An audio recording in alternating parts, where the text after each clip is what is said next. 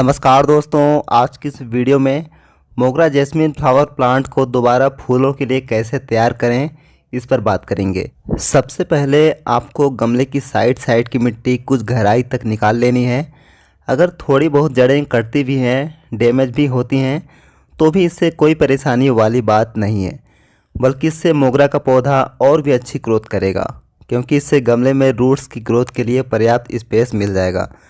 देखिए, कई बार होता क्या है कि रूट्स बाउंड हो जाने की वजह से भी मोगरा कलियां नहीं बनाता है, क्योंकि उस स्थिति में कोई भी खाद फर्टिलाइजर वगैरह को पौधा नहीं ले पाता है। रूट्स की ग्रोथ के लिए गमले में स्पेस नहीं रहता है और मोगरा का प्लांट चौकसा हो जाता है। दोस्तों, मोगरा के फूल को झड़ने के बाद आप उसे फेंकें नहीं, बल्कि उसे इकट्ठा करके गमले की साइड में दबा दें।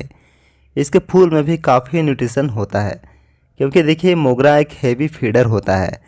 यह मैक्रो और माइक्रो दोनों तरह के तत्वों की भरपूर मात्रा में खपत करता है, इसलिए इसके फ्लावर को फेंके नहीं, दोबारा से यूज कर लें। इसके बाद आपको लेना है गोबर की अच्छी तरह से सड़ी हुई खाद, जिसकी क्वांटिटी 300 से 400 ग्राम के लगभग रहेगी। और अगर गोबर की खाद ना हो तो वर्मी कंपोस्ट हाफ केजी तक आप डाल सकते हैं। आप यह ना सोचें कि इतनी गर्मी में इतना ज़्यादा खाद डालने से मोगरा झुलस जाएगा, अच्छी ग्रोथ नहीं करेगा। दोस्तों, मोगरा है ही गर्म जलवायु का पौधा, बस आपको इसकी मिट्टी को सूखने नहीं देना है। इसकी मिट्टी में हरदम मॉइस्चर बनाए रखें। इसके लिए ज़रूरी है कि आप इसमें रेगुलर बेसिस पर वाटरिंग करें।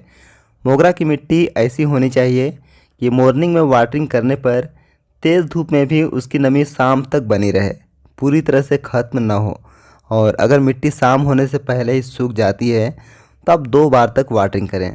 खाद डालने के बाद अगर आपके पास ह्यूमिक एसिड हो तो उसे भी आप 2 ml तक वाटरिंग करने के लिए जो पानी आप लेंगे उसमें आप ऐड कर लें। ह्यूमिक एसिड से पौधों में न्यूट्रिशन को इनटेक करने की क्षमता में बढ़ोतरी हो जाती है। इससे फीडर रूट्स यानी पोषक तत्वों को ग्रहण करने वाली जो सफ़ेद बारीक बारीक जड़ें होती हैं वो तेज़ी से बनने लगती हैं। इसी वजह से पौधा पोषक तत्वों को पहले की तुलना में ज़्यादा ग्रहण कर पाता है और ग्रोथ और फ्लावरिंग भी ज़्यादा करता है। 7-8 इंच के गमले में लगे मोगरा में आप 1 ml तक ही डालें, और अगर मोगरा 11-12 इंच के गमले में लगा हुआ है और मेरे मोगरा की तरह अच्छा खासा घना है तो आप 2 ml तक डालें। इसे आपको महीने में 1 बार अपने मोगरा में ज़रूर डालना है। यह सीड शॉप में इजीली मिल जाता है। दोस्तों, फर्टिलाइज़र ऐड करने के बाद यह पहला अपडेट 18 दिनों का है। 18 दिनों के अपडेट में आप इस मोगरा में देख सकते हैं काफ़ी सारे नए शूट्स निकल कर आए हैं और कलियां भी अब बन रही हैं। मोगरा में कलियां हमेशा नए शूट्स में ही निकल कर आती हैं। पुरानी शाखाएँ जो बेल की तरह लंबी हाइट तक जाती रहती हैं, उनमें या तो कलियां नहीं बनती हैं या फिर नहीं के बराबर बहुत ही कम क्वांटिटी में बनती हैं। इसलिए फ्लावरिंग बंद होने के बाद इसकी हार्ड प्रूनिंग या फिर लाइट प्रूनिंग ज़रूरत के हिसाब से करनी ज़रूरी है। दोस्तों, कलियां बनते समय आपको पोटेशियम की क्वांटिटी को बढ़ा देना है। इसके लिए आप ऑर्गेनिक या इनऑर्गेनिक जिस किसी भी तरीके से बढ़ाना चाहते हैं आप बढ़ा सकते हैं। इनऑर्गेनिक में आप NPK में 0050 या 05234 या 13045 या फिर रेड पोटास, इन चारों में से कोई भी आपके पास हो उसे आप ले सकते हैं। ऑर्गेनिक में आप बनाना पील का लिक्विड फर्टिलाइज़र डाल सकते हैं।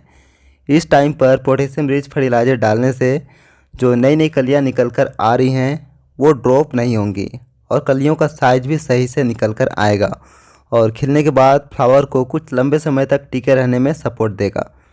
फ्लावरिंग टाइम पर फ्लावर को लंबे समय तक टिके रहने के लिए आप तेज़ धूप से पौधे को बचा कर रख सकते हैं। इससे फ्लावर में खुशबू भी बरकरार रहेगी। बाकी टाइम पर मोगरा को आपको फुल सनलाइट में ही ग्रो करना है और भरपूर वाटरिंग करनी है। मिट्टी में नमी हमेशा बनाए रखनी है। इस अपडेट में आप देख सकते हैं इसमें बेसल शूट्स भी आने लगे हैं।